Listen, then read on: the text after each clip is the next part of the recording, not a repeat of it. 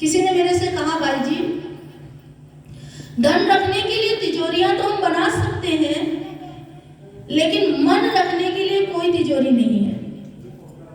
क्योंकि आपने अपने मन की बात किसी से भी कही, वो एक जगह नहीं रहेगी, वो लुट जाएगी, पूरे गांव में फैल जाएगी। अपना दुखड़ा किसी के सामने रोक के देख लो। मन रखने की कोई तिजोरी नहीं, क्योंकि मन को अपने ही पास रखना पड़ता। और चाबी क्या है? कहते राम नाम की कोठरी, चंदन जड़े किवाड़, ताले लागे प्रेम के खोले कृष्ण मुरार।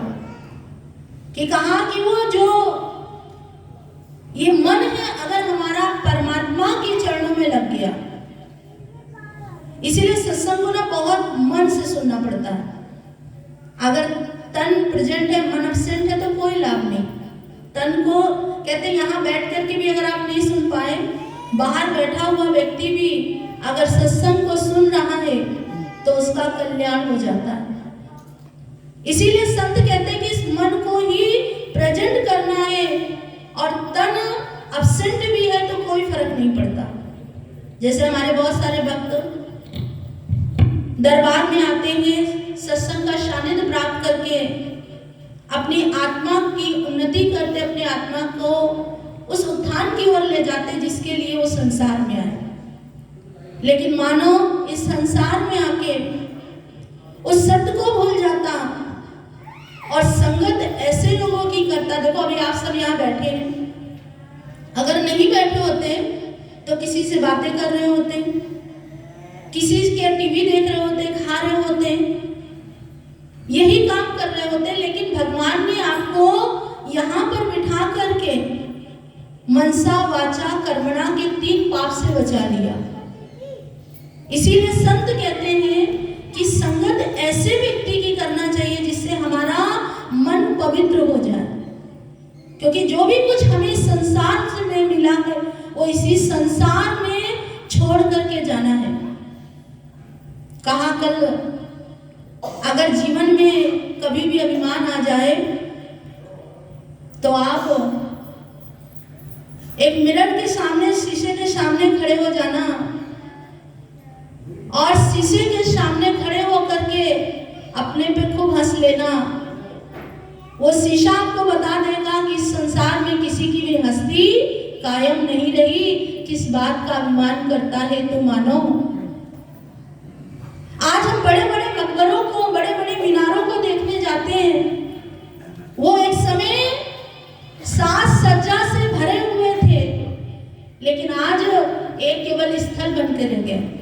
ऐसे हमारे संत कहते हैं ये जो मनुष्य का शरीर प्राप्त हुआ है, ये भगवान की कृपा से प्राप्त हुआ है।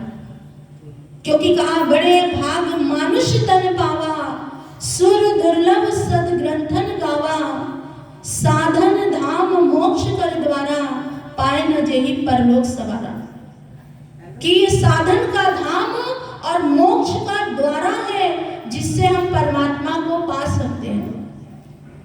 इस मनुष्य शरीर से ही हम उस तत्व को प्राप्त कर सकते हैं जिसको प्राप्त करने के लिए हम संसार में आए हैं। लेकिन मानो सोचता है 1.5 अकल मेरे में, आधे में सारी दुनिया। जैसे मैं कहती चलो भाई सत्संग सुनो, सत्संग सुनना चाहिए। अरे मैं तो, हम भी बहुत अच्छा सत्संग सुना देते हैं। अरे तुम क्या सुनाओगे? सत्संग कैसे सुनाओगे?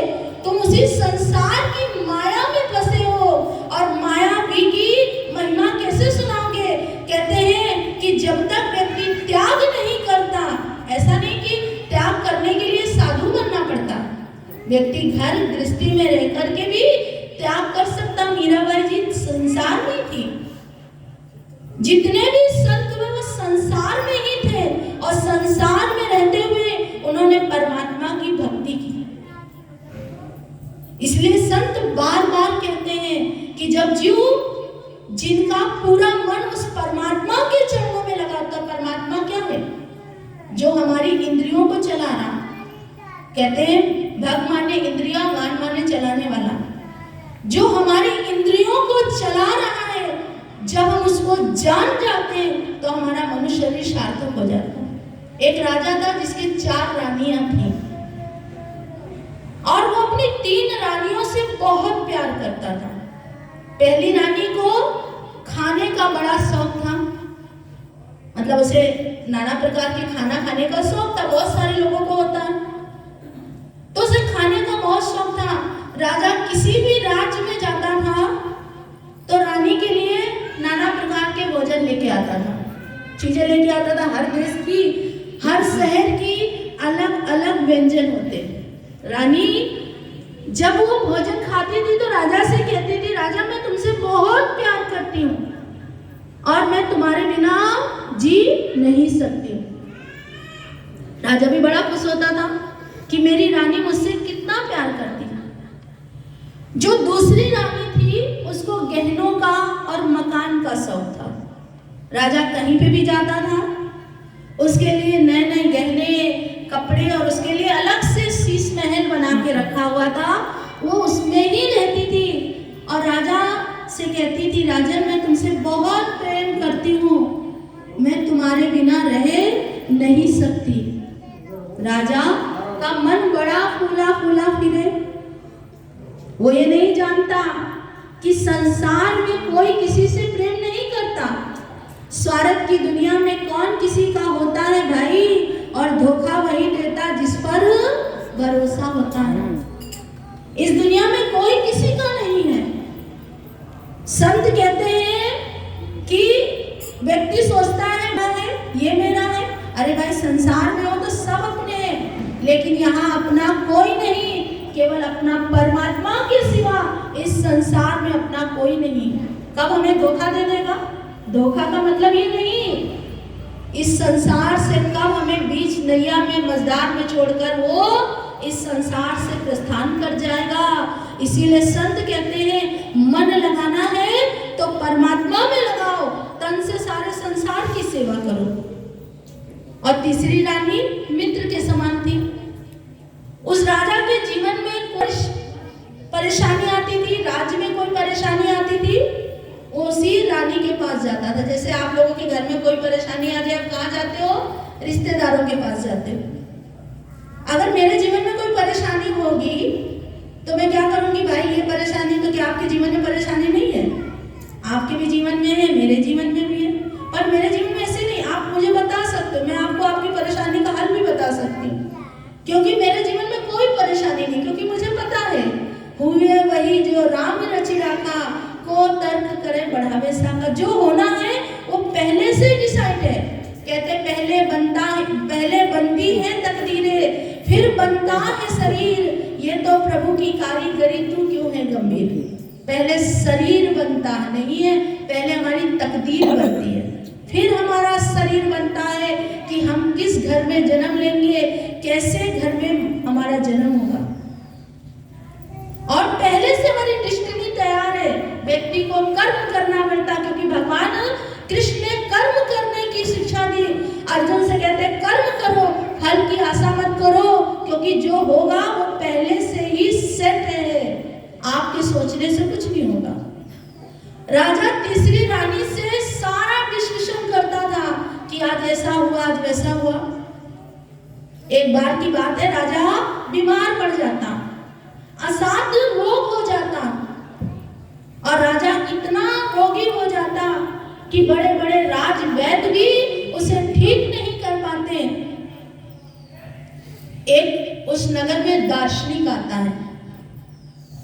जब उसे पता चलता है कि राजा बीमार है तो राजा के पास जाता और राजा से कहता है, राजन इस संसार का मोह छोड़कर परमात्मा के नाम में अपने मन को लगाओ। राजा कहता है, तुम्हें क्या पता अगर मैं चला गया तो मेरी रानियां ये शरीर का त्याग कर देंगी, मेरे बिना वो जी नहीं पाएंगी। लेकिन राजा अपनी चौथी रानी को बिल्कुल प्रेम नहीं करता था, उस पर तो कभी ध्यान ही नहीं देता था। सिर्फ वो 3 रानियों में इतना व्यस्त था कि चौथी की तरफ कभी उसने ध्यान ही नहीं दिया। पर वो दार्शनिक कहता है कि नहीं राजन, इस संसार के मोह को त्याग कर तुम परमात्मा के नाम का सुमिरन करो। पर उसका वो कहता है, क्या बात करते हो? अरे मैं अगर नहीं रहूंगा तो मेरी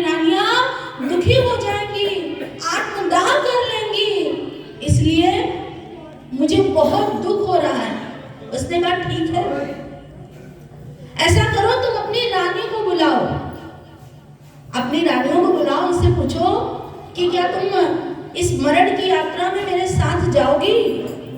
तो उसने पहली रानी को बुलाया और कहा, देखो तुम मुझसे कितना प्यार करती हो और मैं संसार छोड़ के जा रहा हूँ, क्या तुम मेरे साथ चलोगी?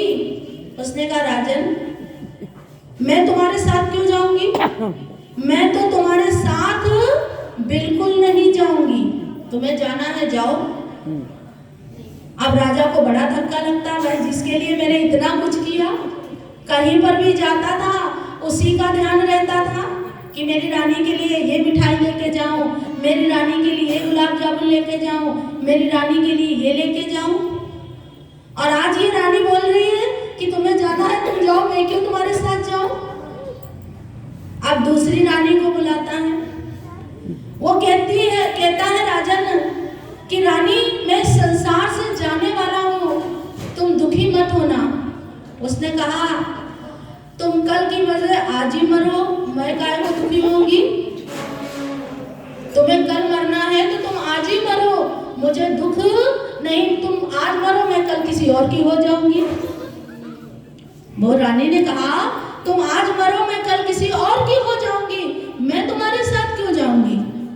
अब राजा को बिल्कुल, बीमारी से तो बाद में मरेगा, पहले इसी बातों से उसका वो हो गया। अब तीसरी रानी को बुलाता है, जिससे सारी बातें करता था। तीसरी रानी से कहता है, देखो तुम दुखी मत होना और मैं संसार छोड़ करके जा रहा हूँ। उसने कहा, राजन मैं दुखी तो नहीं हूँ और ना मैं किसी के मरने पे कोई मरता है, लेकिन मैं तुम्हारा एक काम करूंगी, तुम्हारा अच्छा से 13वीं कर दूंगी, जो साल भर में वर्षी होती वो अच्छे से कर दूंगी, सारे काम तुम्हारे कर दूंगी, पर राजा मैं तुम्हारे साथ थोड़ी ना जाऊंगी। चौथी रानी कहती है, तब वो दार्शनिक कहता है, अभी इसमें अपने मन को लगा लो।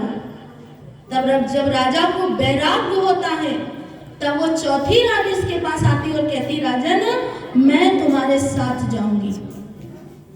अब बताओ 3 रानियां कौन है? बताओ। ये हमारा शरीर है पहली रानी। कितना अभी ठंडी में कितने ड्राई फ्रूट के लड्डू बना के खा गए हो, और कितने महंगे महंगे स्वेटर पहने, देखो कितने चमक रहे स्वेटर। कोई कितने ये कितने बढ़िया बढ़िया कोट पहने, राजकुमार जी ने कितना बढ़िया कोट, इन्होंने कितने बढ़िया बढ़िया स्वेटर पहने। तो पहली रानी तो ये शरीर ही है। ये शरीर हमारे साथ जाता है क्या? नहीं जाता, बिल्कुल ये शरीर हमारे साथ नहीं जाता। गर्मी लगी तो एसी में बैठ गए, ठंडी लगी तो कोट पैंट पहन लिया, स्वेटर पहन लिया, लड्डू खा लिया। हम इनके घर में गए, बोले भाजी एक लड्डू खाओ इसका ड्राई फ्रूट का, तो सारा ठंडक भाग जाती है। अच्छा जी, तो ठंडक भाग जाती है, स्वेटर की क्या जरूरत है? ब्रेड पकौड़े की जगह एक लड्डू खिला दो, सही है ना? अब तीसरी रानी बताओ कौन है? अब बताओ, आप लोग बताओ कौन है तीसरी रानी? आप बताइए कौन है तीसरी रानी? हमारे मित्र, हमारे रिश्तेदार हैं। जब हम शरीर संसार से छोड़ के जाते हैं, हमारे आ जाते हैं हमारी अंतिम यात्रा पर, हमारे खाने पर आ जाते हैं, हमारे साल भर में जो बरसी होती उसमें आ जाते हैं। फिर वो मुंह नहीं दिखाते कि घर में बच्चों के लिए खाने के लिए है कि नहीं है, कि क्या कौन दुखी है कौन सुखी है। ये रिश्ता पूरी ईमानदारी के साथ वो निभाते हैं, बिल्कुल निभाते हैं। आप ही कुछ सोचो, आएंगे। मैंने देखा है, हम लोग एक जगह सत्संग करने गए थे, तो दूर से वो हंसते हुए आ रहे हैं, और जैसे उनके घर में पहुंचे उनको गले लग के रोने लगे। मैंने कहा कैसे आंसू आ गए? इतनी ईमानदारी के साथ वो रो रहे हैं और ईमानदारी के साथ आ रहे हैं, पूरा कार्य करते। तो तीसरी रानी वो हमारे रिश्तेदार हैं जो पूरा निभाते हैं। चौथी रानी कौन है? हमारा मन है, हमारी आत्मा है, जिस पर हमने कभी ध्यान नहीं दिया। इस मन को हमने सारे संसार में लगा दिया, लेकिन प्रभु की भक्ति में नहीं लगाया। इस मन को हमने सारी जगह भटका दिया, लेकिन इस राम नाम रूपी तिजोरी में बंद नहीं किया। इस आत्मा का क्या दोष है? भगवान इस आत्मा का कल्याण करना चाहते हैं। जैसे एक पिता अपनी पुत्री, जो पुत्री लायक होती है, पिता उसको जहां पर विवाह करके आ जाएगा वो पूरा जीवन निभा देती है। चाहे वो शराबी हो, चाहे वो उसे मारता हो, पीटता हो, कुछ भी करता हो, लेकिन वो पूरा निभा देती है। ऐसे हमारी आत्मा है, हम अपनी आत्मा के साथ सबसे बड़ा धोखा कर रहे हैं कि अगर आत्मा का हमने कल्याण नहीं किया, इस मन से हमने परमात्मा का सुमिरन नहीं किया, तो दुख किसको प्राप्त होगा? इस आत्मा को प्राप्त होगा। लख 84 ब्रह्म दिए मानुष जन्म पायो, कहे नानक नाम संभाल, 100 दिन नेड़े आयो। संत कहते हैं लख 84 भटकते भटकते हमें मनुष्य का शरीर प्राप्त हुआ है। अगर अब भी हमने भजन नहीं किया तो फिर वो दिन दूर नहीं है। इसलिए समझो बात जरा सी, नहीं तो भटको लख 84। इसीलिए कहा है आया कहाँ से कहाँ है जाना, आया कहाँ से कहाँ है जाना, ढूंढ ले ठिकाना बंदे ढूंढ ले ठिकाना, ढूंढ ले ठिकाना बंदे ढूंढ ले ठिकाना। आया कहाँ से कहाँ है जाना, आया कहाँ से कहाँ है जाना, ढूंढ ले ठिकाना बंदे ढूंढ ले ठिकाना, ढूंढ ले ठिकाना बंदे ढूंढ ले ठिकाना। इस दुनिया में आने वाला हर कोई एक दिन जाएगा, इस दुनिया में आने वाला हर कोई एक दिन जाएगा। राजा हो या रंग भिखारी काले उठा ले जाएगा, राजा हो या रंग भिखारी काले उठा ले जाएगा, काले उठा ले जाएगा भाई, काले उठा ले जाएगा, काले उठा ले जाएगा भाई। फिर ना चलेगा कोई बहाना, फिर ना चलेगा कोई बहाना, ढूंढ ले ठिकाना बंदे ढूंढ ले ठिकाना, ढूंढ ले ठिकाना बंदे ढूंढ ले ठिकाना। आया कहाँ से कहाँ है जाना, आया कहाँ से कहाँ है जाना, ढूंढ ले ठिकाना बंदे ढूंढ ले ठिकाना, ढूंढ ले ठिकाना बंदे ढूंढ ले ठिकाना। बालक ध्रुव ने करी तपस्या अपने प्रभु को पाया है, बालक ध्रुव ने करी तपस्या अपने प्रभु को पाया है। तेज उठा के नजर गगन में तारा वो चमकाया है, तेज उठा कर नजर गगन में तारा वो चमकाया है, तारा वो चमकाया है भाई, तारा वो चमकाया है, तारा वो चमकाया है भाई, तारा वो चमकाया है। ऐसा ठिकाना है हमको पाना, ऐसा ठिकाना है हमको पाना, ढूंढ ले ठिकाना बंदे ढूंढ ले ठिकाना, ढूंढ ले ठिकाना बंदे ढूंढ ले ठिकाना। आया कहाँ से कहाँ है जाना, आया कहाँ से कहाँ है जाना, ढूंढ ले ठिकाना बंदे ढूंढ ले ठिकाना, ढूंढ ले ठिकाना बंदे ढूंढ ले ठिकाना। धन दौलत जागीर तुम्हारी कुछ भी साथ न जाएगी, धन दौलत जागीर तुम्हारी कुछ भी साथ न जाएगी। कंचन है जो काया तेरी माटी में मिल जाएगी, कंचन है जो काया तेरी माटी में मिल जाएगी, माटी में मिल जाएगी भाई, माटी में मिल जाएगी, माटी में मिल जाएगी भाई, माटी में मिल जाएगी। तेरे क्या है भाग्य ले तेरा बताना, तेरे क्या है भाग्य ले तेरा बताना, ढूंढ ले ठिकाना बंदे ढूंढ ले ठिकाना,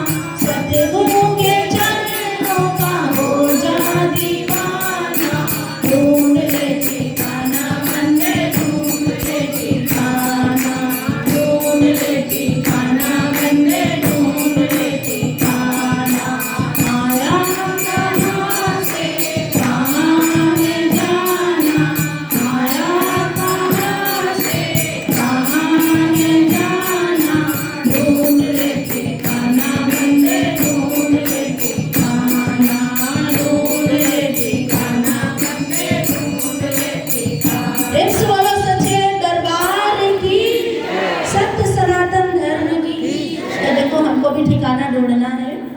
और दूसरी बात है कि ये नए वर्ष के उपलक्ष्य में प्रोग्राम हो रहा है, लेकिन हमारे श्री गुरु महाराज जी की हम पर अनंत कृपा है, जो हमें उन्होंने अपने चरणों के सानिध्य में रखा और हमारे जीवन को सफल सार्थक किया। लेकिन आज हमारे प्यारे श्री आनंद जी महाराज जी का भी जन्मदिन है, तो एक बधाई होगी, सभी मिलकर के गाएंगे और जो भगत है वो नाचेंगे भी। देखो भाई, नाचना तो पड़ेगा।